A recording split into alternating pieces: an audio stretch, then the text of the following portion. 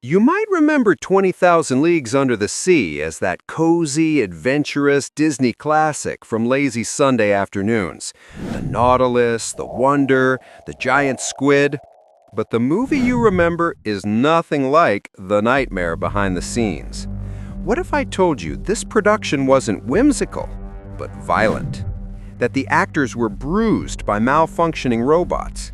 That one of the stars nearly drowned while the crew watched, thinking it was great acting, and that the smell on set was so revolting it could have knocked out a whale? Welcome back to Golden Flicker. Today, we're diving 20,000 leagues beneath the surface to uncover the chaotic, dangerous, and astonishingly expensive true story behind Walt Disney's biggest gamble, the one film that nearly sank the entire studio. We've gathered the top 13 most unbelievable facts about this 1954 classic, from the curious to the catastrophic to the downright life-threatening. And trust me, by the time we reach number 1, you'll never look at Captain Nemo the same way again. Let's submerge. Number 13. The Ghost of the Silent Era. To begin our descent, we need to travel back nearly 40 years before Disney's cameras ever touched the water. When the 1954 production set out to find crystal-clear ocean for their groundbreaking underwater scenes, the location scouts landed in the Bahamas, a quiet patch near Nassau with reefs as bright as stained glass.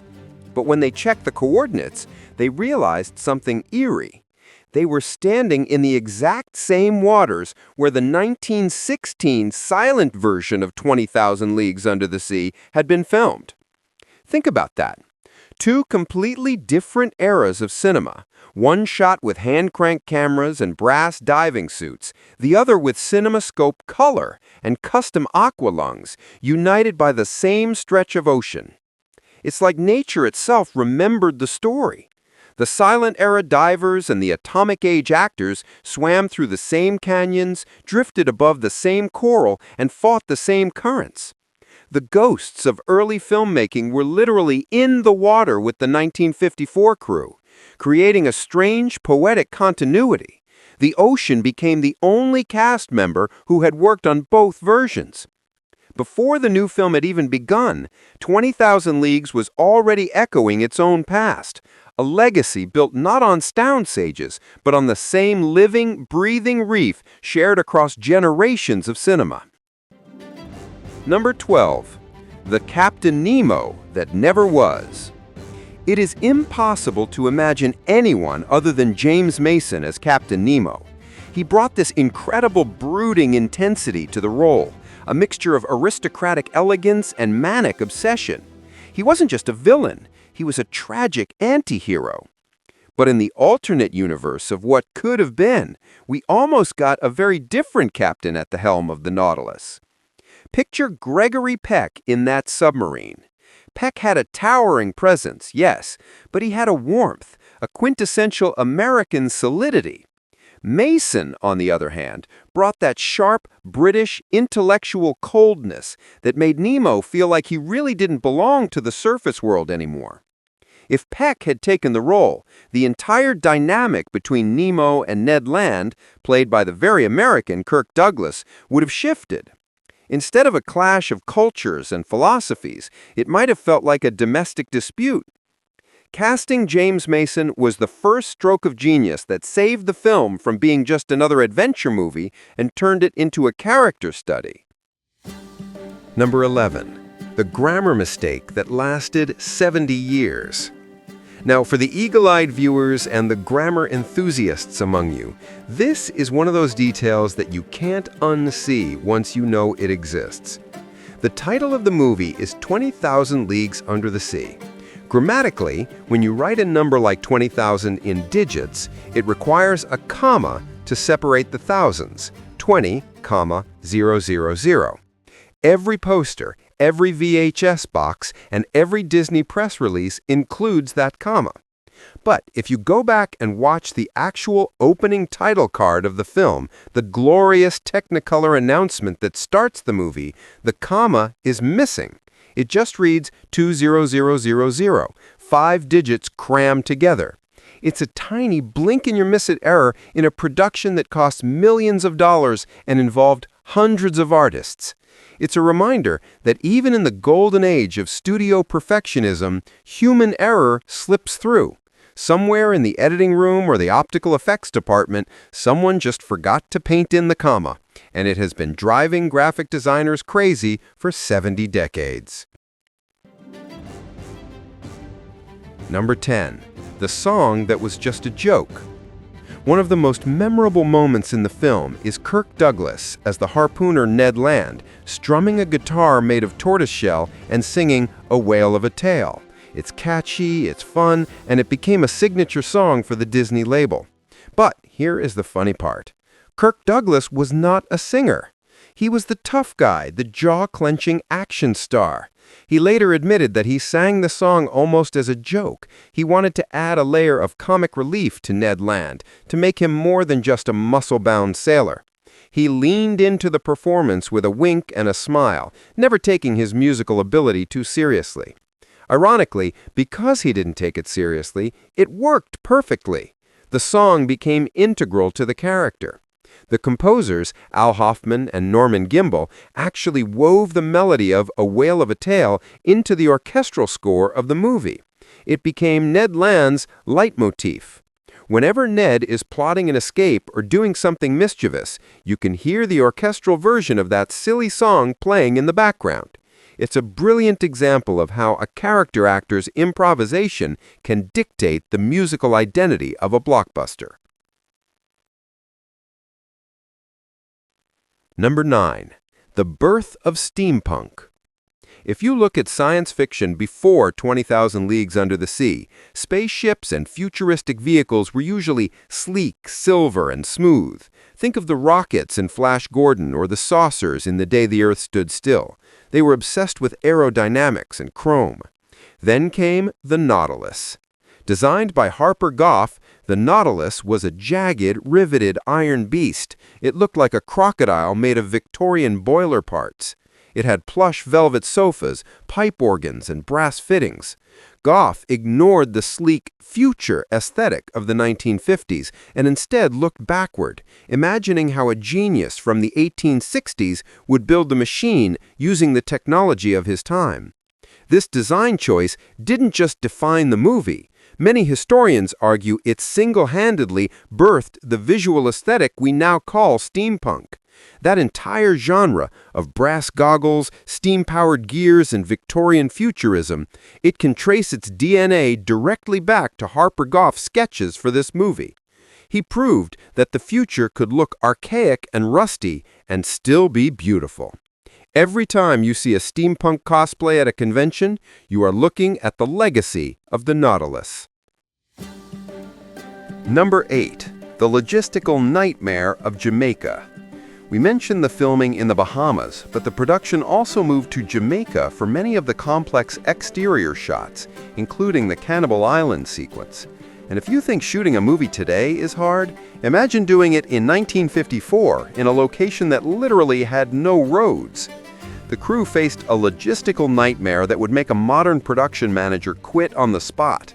They had tons of heavy equipment, cameras, lights, diving gear, costumes for hundreds of extras, and no way to drive them to the beach. The solution? Brute force. The crew had to carry every single piece of gear by hand, trekking through the Jamaican landscape to get to the shooting location. It was a physical marathon before the director even called action. On top of that, they had to coordinate around 100 local extras who were playing the islanders, supplying them with canoes and costumes that also had to be hauled in. When you watch those scenes of Ned Land running from the locals, you aren't just seeing movie magic. You are seeing the result of endless hours of manual labor just to get the cameras to the sand. Number 7. The smell of the Oscars. Cinema is a visual and auditory medium. We see the picture, we hear the sound. But we are very lucky that cinema does not have smell-o-vision, because if it did, 20,000 Leagues Under the Sea would be unwatchable. The production famously used a trained seal, Esmeralda, who had scenes with the main cast, including Paul Lucas and Peter Lorre. Esmeralda was a professional, but she demanded payment, and her currency of choice was fresh fish. To get the seal to perform specific actions, like nuzzling up to the actors or kissing them, the cast had to keep raw herrings in their pockets. Take after take, hour after hour under the hot studio lights and the tropical sun, the fish would get warm, the oils would seep into the costumes, and the stench became unbearable. Director Richard Fleischer later commented that his distinguished A-list cast ended up smelling like the Fulton Fish Market on a hot summer day. Imagine trying to deliver a serious dramatic monologue about the mysteries of the deep while you and your co-star reek of rotting fish. That is the glamour of Hollywood they don't tell you about. We are halfway through our dive into the deep, and things are about to get much more dangerous. We still have real sharks, nuclear explosions, and a near-death experience for a legendary actor coming up. If you're enjoying this deep dive into cinema history, please illuminate our day by hitting that like button and subscribing to Golden Flicker. Also, I have a question for you. 20,000 Leagues is the ultimate submarine movie, but what is the second best? The Hunt for Red October? Das Boot? Let us know in the comments which film we should explore next. Now, let's get back to the countdown. Number 6. The I don't know signal. Communication is key in any workplace, but when your workplace is 30 feet underwater, it becomes a matter of life and death. The crew developed a complex system of hand signals to communicate with the actors and the stunt divers. They had signals for cut, action, more air, and emergency. But as the shoot went on and the chaos of managing heavy cables and uncooperative marine life grew, they developed a new, unofficial signal. It became the most popular gesture on the set. It was a specific hand wave that translated simply to, "I don't know what I'm doing." It sounds funny, but it reveals the reality of the shoot. They were pioneering underwater photography. They were trying things that had never been done before. Half the time, the cameraman, the lighting grip, and the actors were improvising, fighting the current, and hoping for the best. That hand signal was a moment of shared humanity in the face of impossible technical challenges. Number 5. The Uninvited Guest. In the famous treasure hunting scene on the ocean floor, the divers are exploring a wreck when things get tense. But one moment of tension wasn't in the script. While filming with the actors and stuntmen, a real nurse shark swam into the frame. This wasn't an animatronic, and it wasn't a stock footage overlay. It was a wild animal that wandered onto the movie set. The crew, understandably, panicked. You can see the genuine reaction of the divers as they try to shoo the shark away. They didn't cut the camera, and they didn't waste the footage. Director Richard Fleischer kept the encounter in the movie. He knew that you cannot fake that kind of primal body language. When you see the characters reacting to the shark in that scene, you aren't watching acting. You are watching a group of men nervously hoping this shark isn't hungry. It adds a layer of gritty realism that sits perfectly with the film's tone. Number 4. Kirk Douglas versus the robot. We often hear about actors doing their own stunts, but rarely do we hear about actors getting into fistfights with special effects rigs and losing. The climax of the film, the battle with the giant squid, was a technological nightmare. We'll get to the main reason why in a moment. But for the actors, it was physically brutal. The squid wasn't just a rubber puppet. It was a massive hydraulic machine filled with steel springs, cables, and compressed air hoses. Kirk Douglas, in his role as the hero Ned Land, had to get up close and personal with this mechanical beast. During the filming of the storm sequence, the tentacles were whipping around with immense force. Douglas was actually struck by one of the malfunctioning mechanical arms. It didn't just tap him, it battered him. He was reportedly suffered a broken nose, or at least a severe injury to it during the tussle. He was literally beaten up by a robot in 1954. It gives a whole new meaning to suffering for your art. Number 3. The atomic upgrade. When Jules Verne wrote the novel in 1870, the Nautilus was powered by electricity generated by sodium-mercury batteries. For the time, that was cutting-edge science fiction. But by 1954, electricity was mundane. To make the Nautilus seem like a terrifying, advanced superweapon, Disney had to upgrade the power source. The movie strongly implies, without explicitly saying the word nuclear too often, that the Nautilus is atom-powered. Nemo discovers the secret of the universe's energy. This change wasn't just a cool sci-fi update. It was a reflection of the deep anxieties of the 1950s. The world was living in the shadow of the bomb. The most shocking change comes at the very end of the film. In the book, the Nautilus disappears into a maelstrom. In the movie, the island base is destroyed in a massive explosion that forms a distinct, undeniable mushroom cloud. Disney turned an adventure story into a Cold War cautionary tale. Nemo wasn't just a rebel anymore. He was the keeper of atomic fire.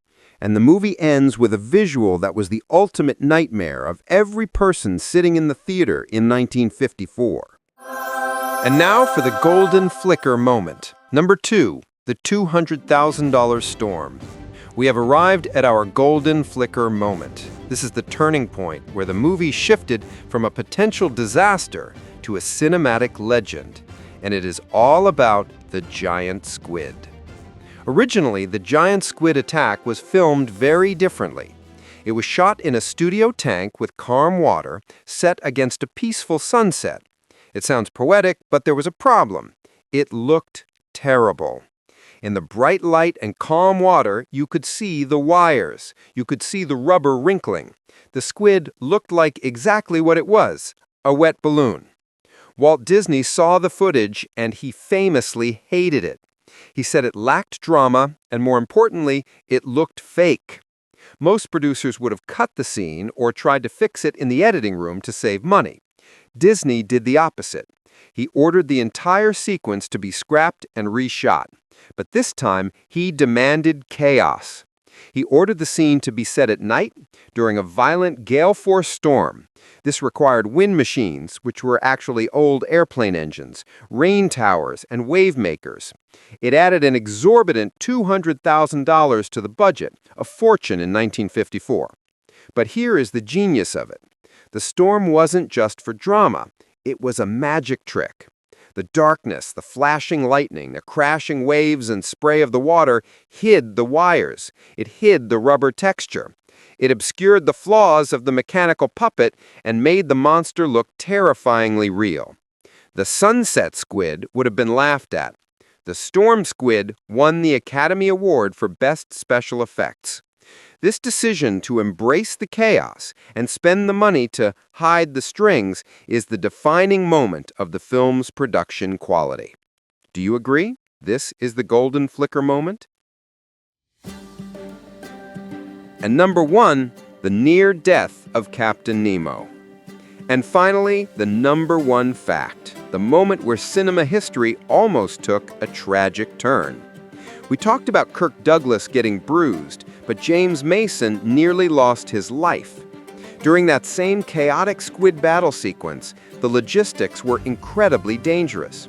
The set was slippery, flooded with thousands of gallons of water, and whipped by those airplane engine winds. James Mason, dressed in his heavy Captain Nemo costume, was grappling with the giant prop. In one take, Mason actually became entangled in the tentacles. The hydraulic mechanism was powerful and heavy, and it pinned him down. He couldn't breathe, and he was struggling to keep his head above the churning water. Here is the horror of the situation. The crew didn't cut the scene immediately. They were watching a great actor, playing a man fighting for his life, so they thought his desperate thrashing was just brilliant acting. They stood there watching him drown, thinking, wow, James is really going for it today. Fortunately, someone realized that the struggle was too real, and they rushed in to untangle him before he suffocated or drowned. James Mason survived to finish the film, but it is a chilling reminder of how dangerous practical effects can be. The terror you see in Nemo's eyes during that battle, it might not be acting. From nearly drowning movie stars to hiding rubber monsters with artificial hurricanes, 20,000 Leagues Under the Sea is a testament to the wild, unregulated ambition of classic filmmaking. It was a production held together by sheer will, hand signals, and a little bit of herring. If you discovered something new today, illuminate our day by clicking like and subscribe to Golden Flicker so you never miss a story from the annals of cinema history. Which film should we explore next? Let us know in the comments.